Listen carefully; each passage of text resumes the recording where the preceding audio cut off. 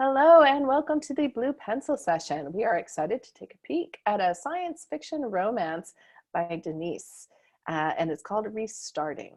And we've been talking a little bit about openings and closings. So this is a piece that we're definitely going to flag because I loved this opening line. All I wanted to do is take a bath. And the reason I think I really like this that I want to highlight to other people is I think people think you always have to have certain, like a big bang opening. But what you want to have is something that raises a question. And for me, as soon as I read that, like my mind, like, why? What's going on? What's happening? Like it just automatically, as a very, what you'd think of as a quiet opening, pulled me into the story. So I want to give a call out to that because I thought it worked really well.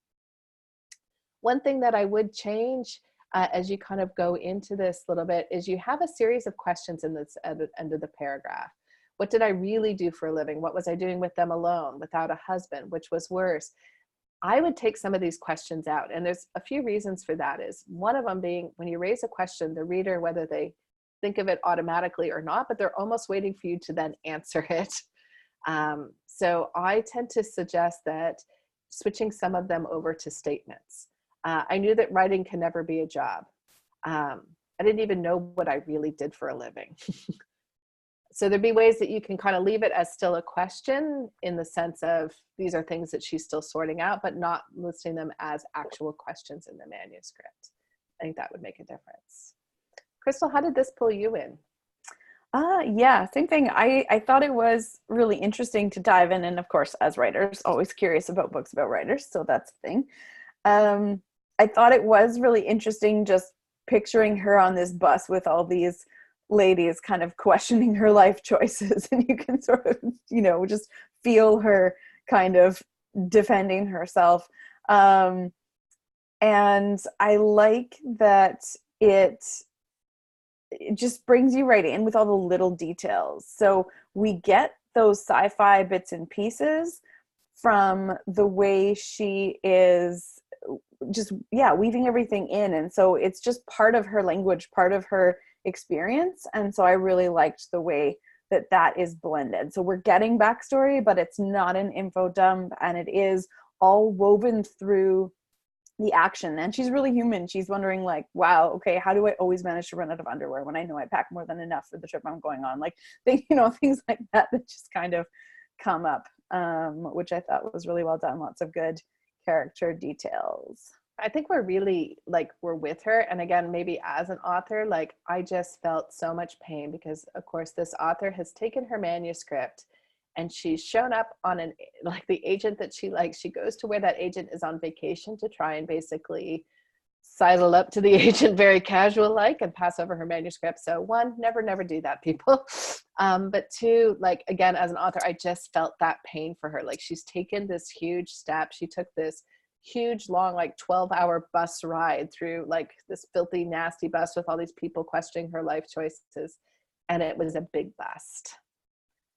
So I think you start with some kind of nice conflict there. And then, all she wants to do is kind of get back to her place and just forget that this ever happened and kind of go. And there's this lovely, just sort of slow sense of creeping unease that I felt as she's getting back to the place.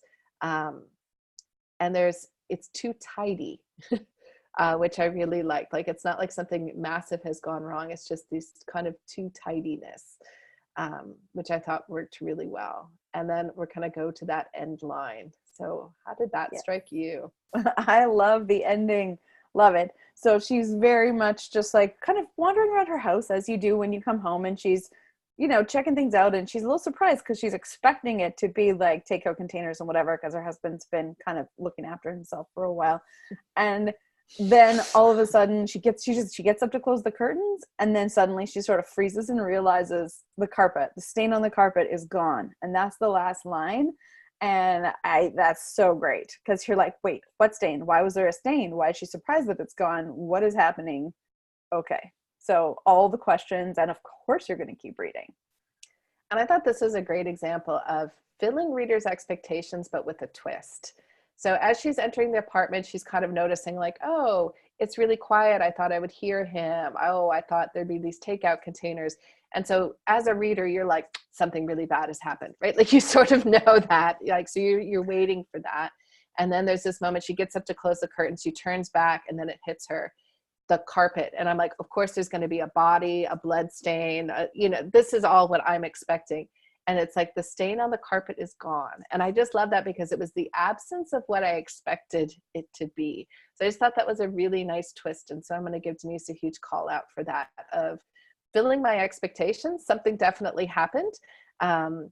It was a surprise and a shock, but it wasn't what I thought was going to happen. So I got extra bonus points for that. So great opening and great ending, and a good example of how to do that. So if you're working on your openings or your endings, or maybe it's a middle chapter, we'd like to take a look at it. So please send it off to the Blue Pencil and we will do just that. And until then, we'll see you guys around the Academy. Bye-bye.